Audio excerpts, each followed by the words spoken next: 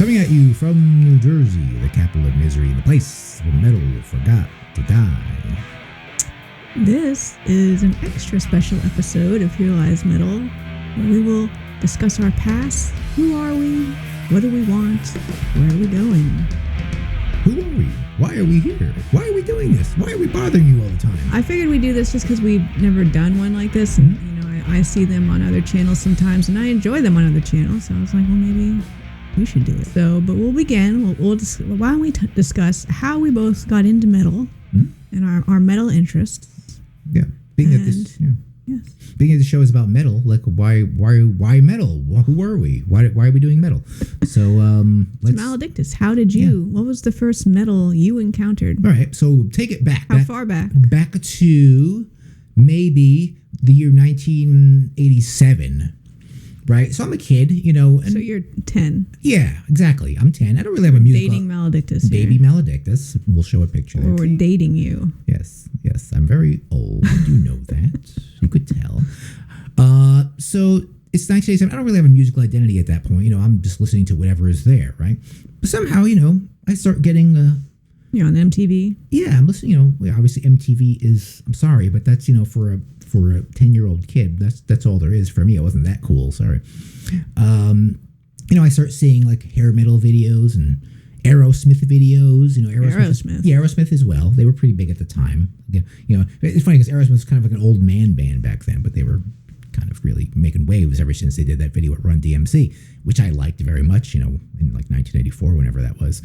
I started getting more of a liking for rock and roll, and eventually that, became a little edgier into hair metal, and hair metal was obviously very big at the time. So you like Motley Crue? Yeah, I liked Motley. I had the Dr. Feelgood album, obviously. I like at age 10. Yeah, absolutely. Maybe a little 10 or 11. The album probably came out like a little maybe after that, but yeah, I did get that album around that era.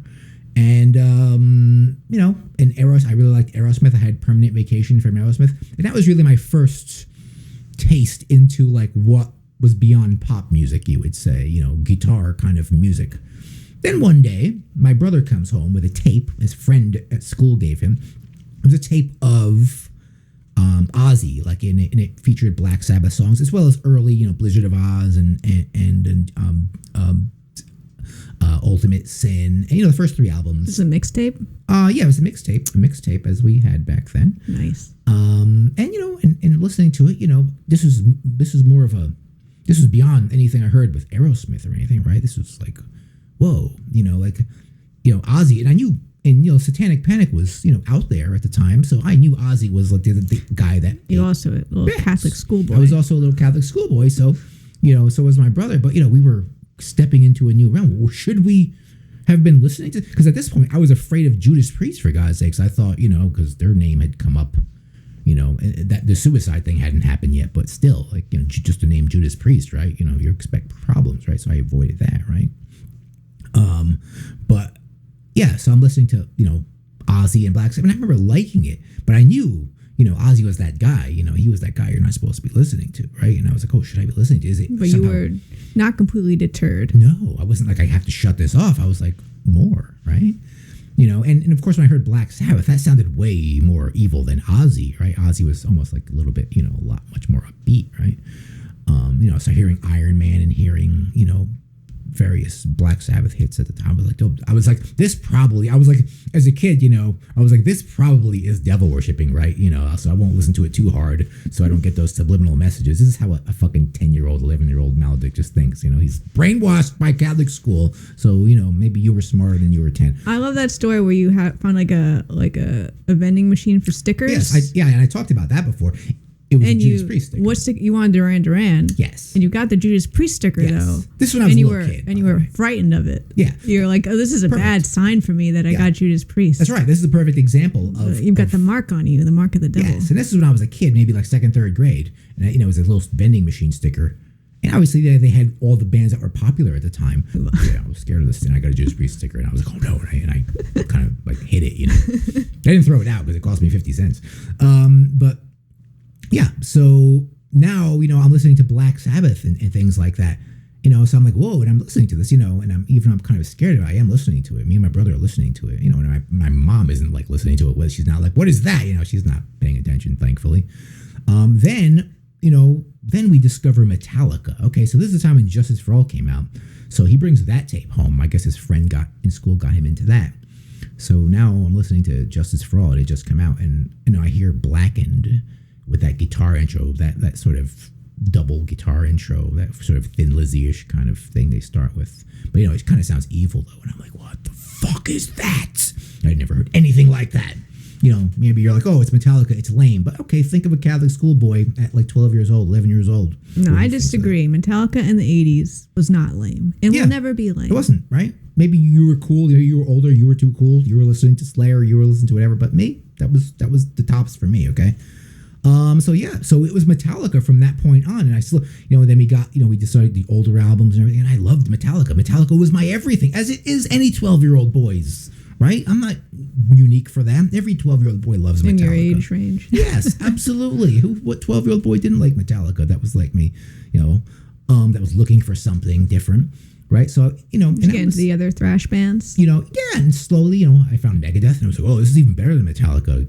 Dare I say, and things like that. And Slayer, Slayer, Seasons of the Abyss. That's why Seasons of the Abyss is my favorite Slayer album. I know I get a lot of shit for that, but that was my only from me. That was my Slayer album. Okay, so yeah, and I got into and I'd watch Headbangers Ball, obviously, and all the stuff was on there, and there would be all kinds of thrash bands because this was the height of thrash. This is late 80s, early 90s. That's when thrash was thrash. That was the biggest time of thrash, I think, classically. So what about when you had high school? Okay, so in high school, I come in, listening to Metallica and Megadeth and Judas Priest as well. I like stuff like that.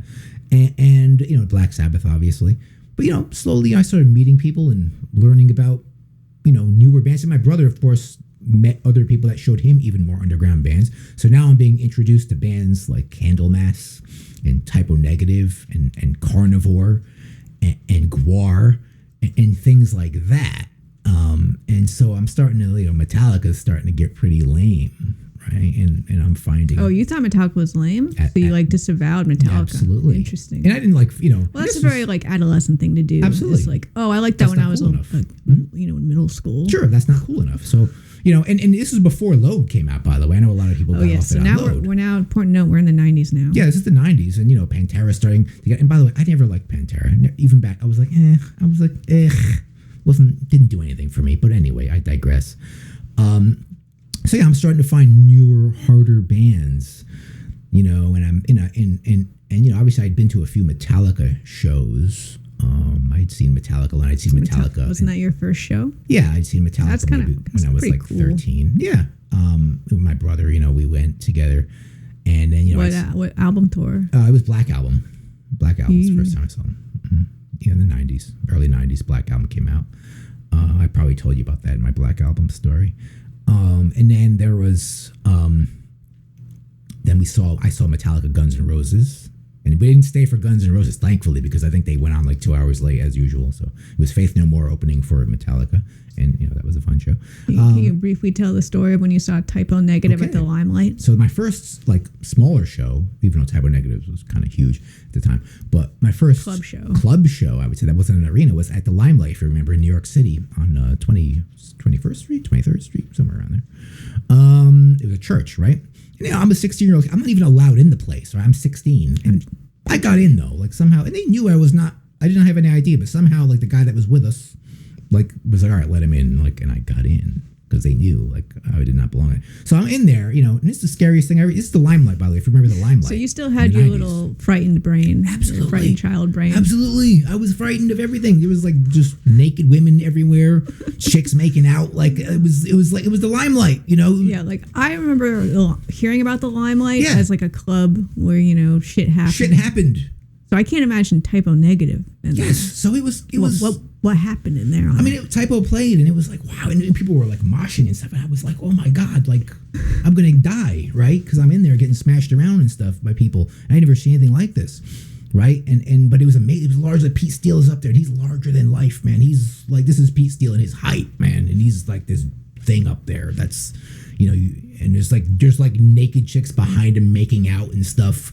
Like it was just Sodom and Gomorrah. Like to me, you weren't like, yes, this is life for me. I was like what I learned, it was burning in my head. It was baptism by fire. I was like, So and from that point on, it was okay to go to shows, and I think the next show I might have went to maybe was Guar. Also at the Limelight, and that was like fun. Like I enjoyed that, right? I wasn't like, this is scary. I was like, yeah, this is cool. I love this Guar, because obviously what teenage boy doesn't like Guar? But then I started seeing like more. I met people in high school that were into more like that were into like more underground bands. So I got to see, and I always tell my wife this, I got to see Merciful Fate at like the Wetlands and at Studio One, which what kind of venues are those? And these are like small venues, man. These are tiny venues, right? One of them's New Jersey. He's told me the story. Tell a story all the time. I know he's told us so often. I know when he's about to tell it again. Yes, like, I'm like, well, actually, I'm preemptively saying I know. Yeah, I'm like, actually, I saw Merciful Fate, and and in the 1990s, Merciful Fate had like the Time album, the Return of the Vampire album. Not too many people give a fuck about them. I mean, people loved them still, but it wasn't like Merciful Fate today is like Metallica. All right. What happened when it got to the 2000s? The golden age of metal. So as metal went on, like through the 90s, I got into more hardcore stuff, like listening to like I Hate God and Anal Cunt and stuff like that. I started getting into really noisy stuff, really angsty, noisy stuff, as you do when you get older, right? And it's the kind of music I was playing as well. So by 2000, I was still into those sort of like undergroundish bands, because like mainstream metal was kind of in a bad way, as we know, the Metallica, the Megadeth, the Anthrax, the Slayer, and Pantera was of course even dying at that point. So, and eventually I kind of slowly forgot about metal, and I still loved it, but, I started getting into other things, like a lot of prog rock and, like some, certain indie bands and just different stuff. I just started really just moved on from it, and, really didn't really go to metal shows anymore, after that. And, and metal was kind of like sleeping, even though they were... I mean, technically it wasn't, but it was all just very underground. It was, and no one really cared about it. And it's funny, because in the 2000s, that's when, the good stuff was underground. Yeah, the level of music we have today was starting back then, because all the big bands were kind of dead at that point. They would all come back, but still, they were kind of dead. And throughout the 2000s, like... I was going to a lot of shows and stuff, but it wasn't really metal shows. It didn't really, it was just anything else that I liked. I mean, I think it's good that you kind of branched out. Absolutely. Because you grew up listening to metal. Absolutely. So I think it's good that you, know. But think of it you like... stretched your legs a little bit. Absolutely. And I got into a lot of other things, which was good. So what brought you back to being more interested in metal again? So the re-entry drug, like the entry drug originally was Black Sabbath and Metallica for me, as it is for a lot of people. But later on, many years down the road, maybe around like 2014, 15, 16, Ghost. I heard Ghosts, right? That sounds very lame, doesn't it? Uh-oh. Ghosts. Also it's over for us. Also actually I have to make a point that I randomly went to an I Hate God show, and where Iron Reagan also played, and that also I was like, and that kind of did something for me. I think that happened around the same time. Yeah, it was around the same time. So that I was like, I Hate God, obviously I always liked them, so I wanted to say but this band called Iron Reagan opened. I was like, that's thrash music. I was like, they're playing remember thrash music? They're playing thrash music. What a beautiful story. Where has this been? I was like, did these guys think of playing this again? Even though people were playing it, it's the first time I saw it. So you started to be interested into the current metal scene. Yeah. Going to metal shows again. And at that point, like I heard Ghost on the liquid metal of all fucking shit. It was early Ghosts. This is Ghosts between their first two albums. I think it was Year Zero I heard. And I was like, what is this? I was like, what is this? What is this band? And so I started looking into Ghosts. I know this sounds lame, but Ghosts. And I liked it. We'll talk about that more later. Yeah, and I liked it. And that got me into like listening, seeking out metal bands again. And I would mostly find like newer metal bands at that point on like YouTube channels and stuff, because there was a lot of people that did that. And I found a lot of doom bands, a lot of new doom bands and stuff and things like that. And, some new thrash bands and stuff. And I was really into it. I was like, oh, these are cool bands. And that's how I really got into it again. And slowly that kind of inspired me to make this thing. But you also started doing concert photography.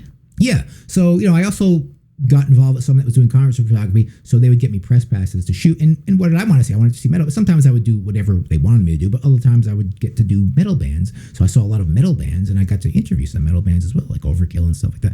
And I was seeing a lot of metal bands that way. So that really, really kept my interest up as well. And ultimately that really made me interested in making this podcast eventually. But and that's really kind of where it is now. I would say at this point, like, I'm not really interested in like finding new bands. That's what Samantha really does. But I'll listen to them obviously. But like for me, like metal is kind of like this point where it's like, what else could we do with this? I'm gonna like the bands I like, and I'm not gonna stop liking them. But I'm not like seeking out, like I'm not actively seeking out like what's really going, because you really have to look if you want to actively seek out what's good. I mean, you could just go on the radio and you might be really disappointed. Me anyway, maybe that's not you, but so yeah. So that's kind of my story from point A to point, from alpha to omega, where we are now. What about you? Like what is your story of metal? Okay. So when I was young, Maledictus' story started at age 10, but when I was that age and even older, I was not into metal at all growing up. And important note here, I am like 9 years younger than Maledictus, so I'm, in the millennial generation. And when I thought of metal as like a teenager, I was thinking nu metal or Cannibal Corpse. And I only knew about Cannibal Corpse because I had seen them on Ace Ventura. Right. A lot of people. And like at like age 8 or something. So that was very horrifying. Sure. Like that did not sound like music to me at age 8. I'm sorry. I was not instantly converted to a death metal fan then. Was not ready. That was like old Cannibal Corpse too. That was the other one. It was 90s Cannibal Corpse. Yeah. So I could have been at the very beginning, but no, I wasn't. I'm not that cool, I guess. But yeah, I thought that's all there was to metal. Like I'd heard the name Metallica and I assumed that they were death metal, like Cannibal Corpse, because I knew they probably weren't nu metal. So I obviously had very little knowledge. No metal was on the radio. I knew nobody who listened to metal. Nobody at school listened to metal. None of my my sister or her older friends listened to metal. Nothing. And what I was into at the time, like I really liked kind of like indie noisy punk. My favorite band in high school was Sonic Youth. So I was definitely an extreme hipster. I was very into going to live shows. So I was, similar to now, also finding a lot of new music, new bands, mainly to find bands to go see live, which was hard to do because I was living in Vermont at the time. Speaking of live, you liked live.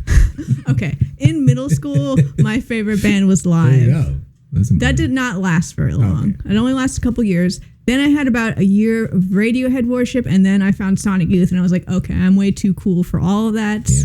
And I started to get into really underground, like indie punk music. And I also got into old punk music. Like I liked Black Flag and like the nicer stuff, like The Clash and the Ramones too. So that was high school, and I would say early college. And I remember very specifically when I started listening to metal, and hopefully this won't sound too much like a therapy session. It all is. All of this is that.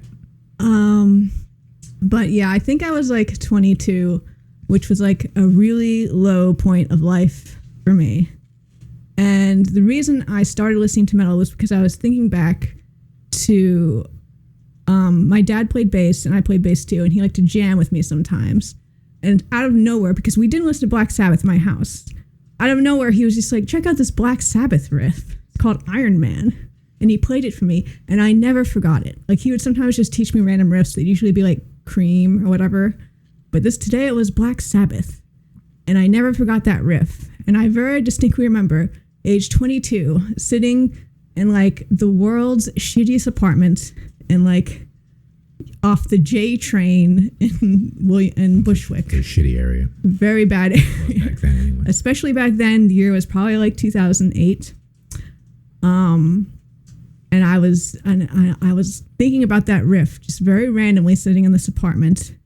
My life was at like I don't know if my lowest point, but very low. Like my father had died a few years earlier. Then I was diagnosed with a disease that he had. I'd been very sick at that time. I had just been dumped from my first relationship and was entirely convinced no one would love me again. So I was thinking about this riff and I started a Black Sabbath Pandora station.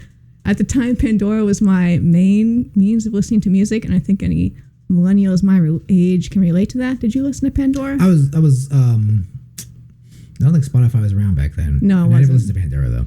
That was like an awkward stage where like a lot of people were using iTunes. They were burning their CDs into iTunes. And at this point, like I had like, you know, my laptop had died along with like all the music I had saved on it. And like I didn't want to like try to find a way to get it on my new laptop. Save files back then. Yes. But there was Pandora and I was like, all right, I'll just listen to Pandora now, you know. And not even YouTube wasn't even a big thing. No. Like Spotify didn't exist. No. There was no streaming services like there are now. It was just, and Pandora was like a new cool thing back then. And it was actually even before ads on Pandora. I remember that very distinctly. Anyway, I started a Black Sabbath Pandora station. And Pandora, being, you know, the not great system that it was, led me down a rabbit hole. And somehow my Pandora station, which, if you remember, you could like songs and it would like modify the station for you. So I think I kept liking heavier and heavier songs, and I eventually got to Metallica. And I just remember having this moment, and I think it was Master of Puppets. Of course, because it's, you know, Pandora, it's not playing you albums, it's just playing you, you know, the hit songs. And just listening to Master of Puppets, or maybe like Disposable Heroes off Master of Puppets specifically, and just how like hateful and like angry and frustrated it sounded, and just heavy and evil. Sure, even to me it did. Absolutely, same. And just where I was in my life at that time, I was like really resonating with it. I was like, and I could very like distinctly feel like how, you know, when I was in high school and nothing bad had ever happened to me in high school other than just like your whatever regular teenage angst and being like a weird loser, like, but now like real bad shit had happened to me and I was like, this is it. This is what I need, and I need more of this. Metallica and Sabbath were the ultimate gateway drug. That's universal. I mean, I like Sabbath, but, you know, I definitely, you know, I like the riffs. I like how heavy it was, but it wasn't until I hit Metallica that I had that really strong, like, emotional reaction to it. Angry. Where I was like, this is how I feel. And listening to this is helping me right now. Yeah, I'll say, you know, when I was 12, listening to Metallica, it got me through just, you know, being a 12-year-old. Same. You know. Yeah, I think a boy going through puberty may be a little bit similar to sure, yeah. what I was going through in this very dark time. Yeah. But so, and I remember that Pandora stations, maybe some other Pandora stations I started. I remember having like dozens of them. Like, you know, I got into like, you know, heavy metal too. Like played like Judas Priest, I played Motorhead, and then started playing like Slayer. I also have a very distinct memory of hearing Raining Blood for the first time. And yeah, just playing all the thrash. And it was, I will say for this Pandora, like Pandora didn't really get you, like I think the most underground thing it ever played me was Candlemass. So like it was not a good gateway for like to get from Black Sabbath to like underground stuff. Like it would just keep you on the mainstream really. But it was also, I would say, very good that it did not go into the 90s. Like I could tell I only wanted to hear 80s music. So it did not start playing no load. Shitty 90s Metallica, even though I obviously really liked Metallica. And I had no idea for the longest time that Metallica ever strayed from just like extreme thrash metal and got shitty. Yeah, it was, you know. Like I did hear the Black album and I was like, all right, this is a little, you know, different. But it, you know, it wasn't offensive. Yeah, that was traumatic for some people. The Black album? Well, for some, but you know, for Load even more so. Yeah, but I didn't even know about Load. Yeah. So like Pandora spared me the downfall of metal, but I did very distinctly remember thinking that metal was over. You know, that there was no new metal, and Pandora certainly wasn't showing it to me. And at the time, like even though in high school, you know, I was obsessed with finding new music and going to live shows, because I was now chronically ill, I was too sick to go to live shows. So I also had no interest anymore in finding new bands. And, you know, when it came to metal, for a long time, I had this very, you know, boomer attitude toward it. I was like, you know, I think maybe at some point I became aware that there were new thrash bands, but I was like, why would I want to listen to that? It's like, Are they going to be as good as Metallica? No. So what do I care about that? The answer was that I was just depressed that I was too sick to go to shows. I probably would have loved to go see a Municipal Waste show, back in the 2000s. I didn't even know they existed in 2002. But I wasn't researching it because I couldn't go anyway. So I was like, I don't care. The 80s is the best anyway. Like some kind of old Gen X guy who was a dad now who couldn't go to shows either. He was like, it's not good, Metallica, Yeah, if you weren't doing your metal research in the early 2000s, all you would think that was around was new metal, which is traumatic, which is just horrifying, right? Like that's the music. It's like, no thank you. Yeah, but I do have the interest in music to dig, but I just wasn't digging then because of I couldn't go take advantage of the knowledge and because I like to go to shows, but I couldn't. But, eventually, going through a bunch of other shit and having some surgeries, I'm now able to function normally in society and go outside. And I met Maledictus in 2015. That's me. And that year, 2015, bring it back around, Maledictus took me to a ghost show. Yeah, you go to the ghost shows back then. I mean, we all did. Come on. And I had not Don't give me shit. been to a live show, like a good live show, in a long time. And here we go again. We're going to get, not true metal here for the ghost. Hey, ghost is a re-entry drug. I'm going to say, going to that ghost show again, it was like, I feel like I was a teenager again. Mm-hmm. And I was like, I forgot that this was fun. And that's what I thought about ghosts. And this is metal. And this is new metal, not new metal. This is a new band. I've not listened to any new metal bands. And this is great because now it's combining my new interest in metal with my old love of shows that I had kind of forced myself to forget about while I was sick. And I was like, all right, here we go. And also now I was, dating Maledictus. And we're both kind of, I guess, getting back into metal. I didn't know Maledictus had left metal. But yeah, other than that, I very distinctly remember what other new bands, Power Trip had a big effect on me when I first heard it. Of being like, all right, we have thrash and it's just as good, if not better, as the 80s shit. I was like, all right, I'm interested in new music now. Mm-hmm. And like Maledictus did, I started also getting into the old, that was definitely the doom wave, wave of new doom. Do you remember bands. that, folks? Yeah. Remember when doom was cool? We saw a bunch of good Uncle Acid shows, stuff like that. And it was actually through Doom, because I started using Spotify around this time. And because I was listening to Doom, it recommended me Dark Throne, Arctic Thunder, which I think had come out recently. And that's how I got into Dark Throne, which has since become my favorite band. So getting into Dark Throne also, introduced me to black metal. And I wouldn't say black metal is one of my favorite genres, but I definitely have an appreciation for it, and especially the weirder side of black metal that, takes inspiration from Dark Throne and mixes black metal with other stuff, especially heavy metal. And of course, I started paying a lot more attention because I was now committed to going to live shows again. I started paying a lot more attention to the music, and the amount of death metal bands could not be ignored. And so, again, I still had this thought in my head, death metal equaled Cannibal Corpse. And that was my only frame of reference. And I was never too interested in checking it out, but I can't remember what exactly did. I think it's just like a lot of the new bands, they have this very cool aesthetic to them. And we're going to get a real poser alert, poser reveal that I got into death metal through Tomb Mold. Tomb Mold is my entry band for death metal. Full bands, Tomb Mold. Yeah. I think their first album, and from there, I, very quickly started to find the other current death metal bands, and my palette for death metal started to expand a lot more. And eventually, and from the new bands is when I started to get into some of the older bands. So yeah, development of the last 5 years, death metal, poser alert. Everybody's got to get in somewhere.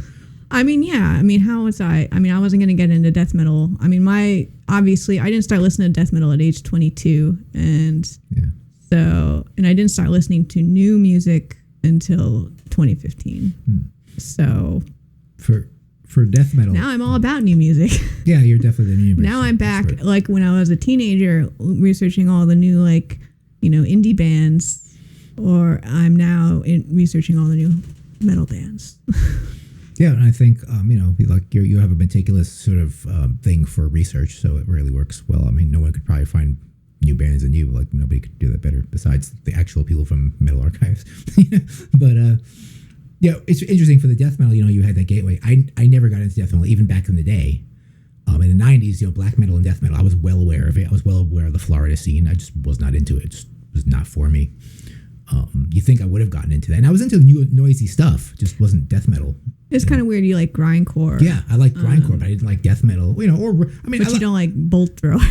No, never liked it. I always liked the album covers when I was a kid. Like, I saw Bolt Thrower album, I was like, oh, that's cool looking, but I never got into them. The black metal I was aware of. I liked it somewhat. I liked it more than death metal, but otherwise, it was really just skin deep back then. How I first heard of black metal? I heard of the Euronymous murder. That's how I heard that. Did you read that in a zine? Yes, I read it in a zine, and I was like, wow, these people are doing that. That's crazy. And that's how I discovered black metal. It was because of that. So why'd you start the podcast? Okay, so obviously, like, doing photographing shows and stuff, going to a lot of shows, I'm like, hey, I should do something, contribute something. A lot of people are doing podcasts. It's a thing everyone's doing, And at first, when the podcast started, it was just on Spotify. It was just audio. And what I did, and I was more of into like nerdy things about metal. Like, I wasn't, seeking underground things. I wasn't really interested in talking about that. I was talking about, like, I would do like a podcast on a genre of metal, and I would do like a top 20 of songs, of a genre, or I would do like a documentary on some sort of metal subject, like the Satanic Panic, or like Matthew Hopkins, like something metal, or I would do a podcast on a specific band or a specific album, and I would just tell you all the facts about the album and how it was made, sort of a little story. That's all I would do back then. It was just an audio format, and probably wasn't until 2019 where we started doing this we started actually filming the podcast and putting it on YouTube, because I'm like, why are we on Spotify? No one's gonna. When did you bring me on? Maybe around when we started. No, it was still in the audio days. I brought you on, and we started. I think as moral support. Yeah, you were just like helping me, because it went better with you, and rather than me just being alone there. And I think, and I would do episodes on usually like a genre, but I would always have the news. I would always do the metal news in the beginning of the podcast. So I would dedicate it, like, the first maybe 15 minutes to the metal news, and then somehow that evolved into like the YouTube show and me just doing the metal news. And and I don't know, and it got mixed reviews. It would get views, but like, I think a lot of people, like, they would more hate watch it, because I would say something controversial all the time. I was being this like edgelord, which I don't really do anymore, because it's. You guys didn't like it. I don't think you were an edgelord. Yeah, I would, get a little bit. Some of my opinions get a little spicy sometimes. Certain things, and people get mad.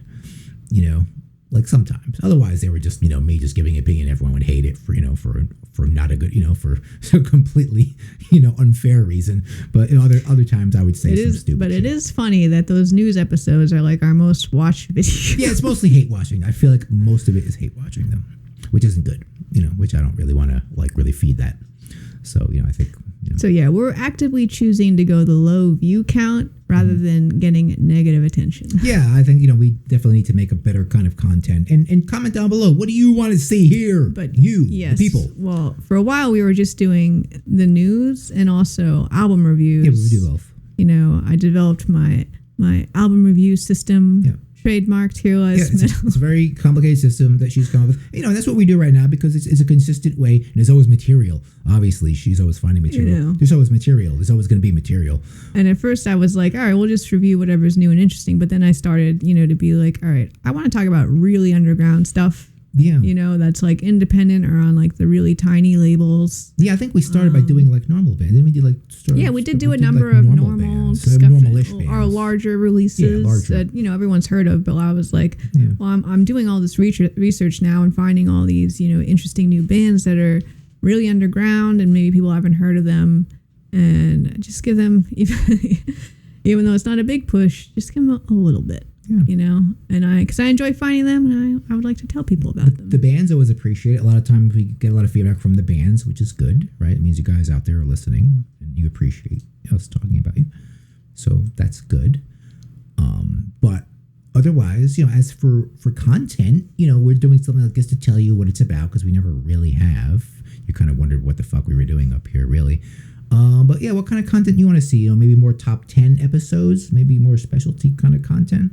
You know, I'm probably not going to do the documentaries anymore, because those are just, you know, those take a lot of work, and it's really not worth it for me to spend like hours and hours and hours and hours and hours making those things.